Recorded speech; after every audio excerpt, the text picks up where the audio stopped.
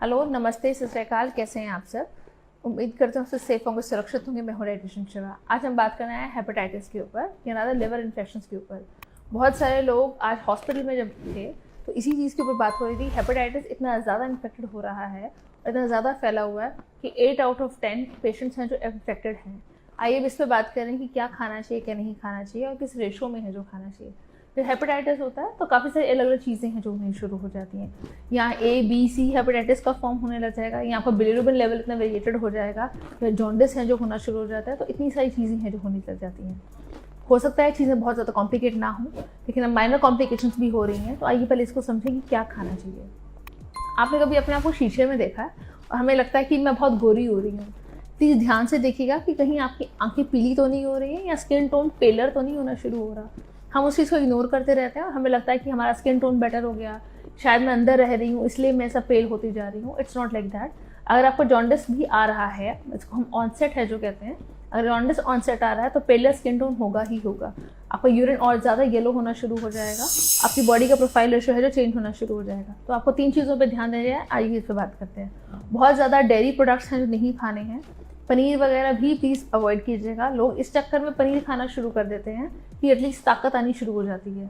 जब भी जॉन्डिस से हम एक सर्वाइवर को ले रहे होते हैं कि हाँ हमें जॉन्डिस से फाइट आउट करना है, क्योंकि ये ऐसा कोई क्रिटिकल डिजीज़ नहीं है, तो उसमें हम 3 चीज़ों में माइल्ड करते हैं। आपका डाइट है जो ब्लैंड किया जाता है, एक्सरसाइज है जो नील की जाती है, वाटर इनटेक है जो हाई किया जाता है। तो इन्हीं चीज़ों पे काम कीजिए। लेकिन अगर ब्लैंड डाइट के साथ अब कई पेशेंट्स होते हैं वो चला नहीं पाते, उन्हें मसाले चाहिए, उन्हें बहुत ज़्यादा नमक है जो चाहिए, तो नमक की मात्रा भी है जो कम करनी चाहिए, क्योंकि पफीनेस बॉडी में बहुत ज़्यादा हाई हो जाती है। तो अगर एक्स्ट्रा सोडियम मिलना शुरू हो जाता है तो भी पफीनेस ज़्यादा होनी शुरू हो जाती है। अगर आपने कभी ध्यान दिया हो, जॉन्डिस के जो पेशेंट्स हैं या तो बिल्कुल भूखे रहते हैं या वो खिचड़ी के साथ अचार का सेवन है जो करना शुरू कर देते हैं। तो अगर आप सॉफ्ट डाइट ले रहे हैं, साथ अचार खा रहे हैं, तो वो नलीफाई इफेक्ट है जो हो जाता है। क्यों? क्योंकि अचार जो है प्रिजर्वेटिव के फॉर्म में जाएगा और उसमें एक्स्ट्रा और added higher amount of salts हैं जो होते हैं। तो अगेन वाटर रिटेंशन हायर हो जाती है और पफीनेस है जो हायर हो जाती है।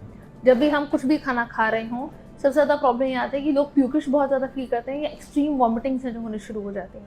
अब उसके लिए क्या करना है, ये इस पर बात करते हैं। और आपको ऐसा लगता है कि मैंने बहुत ज़्यादा वॉमिटिंग सेंसेशंस हो रही हैं, तो आंवला कैंडी को हाफ पीस में वो हम च्यू कर सकते हैं, ये मुंह में रख सकते हैं आपका टेस्ट चेंज करने के लिए। और आपको ऐसा लगता है कि नहीं मैं तो ये नहीं खा पाता, मुझे कुछ और टेस्ट चेंजेस चाहिए, तो थोड़ा सा शक्कर है जो मुंह में डाल लीजिए। आपका जो मुंह में कड़कपन है वो कम होनी शुरू हो जाएगी। अब बॉडी इम्यूनिटी के लिए क्या करना चाहिए, आइए इस पर बात करते हैं। कई लोग बहुत ज़्यादा बकरी का दूध पीने शुरू कर देते हैं, कई लोग बहुत ज़्यादा कीवी खाने लग जाते हैं। कीवी एक सोर फूड होता है जिसमें विटामिन सी कंटेंट हायर रहता है, लेकिन कई बार कोई बहुत ज़्यादा खट्टे होने शुरू हो जाते हैं या बहुत मीठे हैं जो रहते हैं। कई लोग विटामिन सी बढ़ाने के चक्कर में इतना खट्टा फूड खाने लग जाते हैं क्योंकि टॉन्सिलाइटिस भी है जो इन्वेट कर लेते हैं। तो आइए अब इस पर बात करें क्या खाना चाहिए क्या नहीं। In a proper particular formation of the fruit.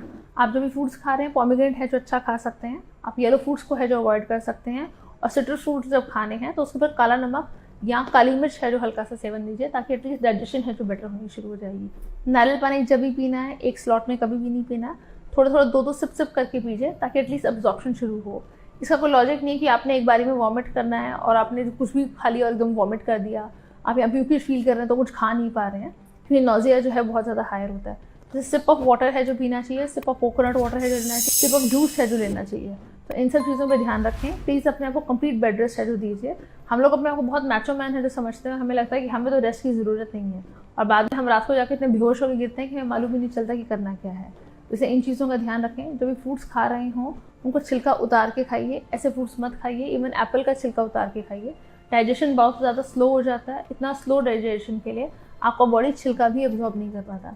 जैसे अच्छा खाना खाइए, बहुत ज़्यादा पानी का इंटेक है जो हायर कीजिए, मसाले को बिल्कुल बंद कर दीजिए, नमक की मात्रा बिल्कुल कम कर दीजिए, सेंधा नमक है जो ज़्यादा यूज़ कीजिए, और बहुत ज़्यादा मसालेवार खाना या बाहर का खाना खाने से इतना इम्पैक्ट क्रिएट करना और बाद में इतनी सुइयाँ लगवाना और इतना टेस्ट है जो करवाना और इतना टफ टाइम देखना का कोई लॉजिक नहीं है। इससे अच्छा खाना खाइए, हेल्दी खाना खाइए और अपने आप में और अपने आप को खुश रखा कीजिए। Thank you so much for joining me.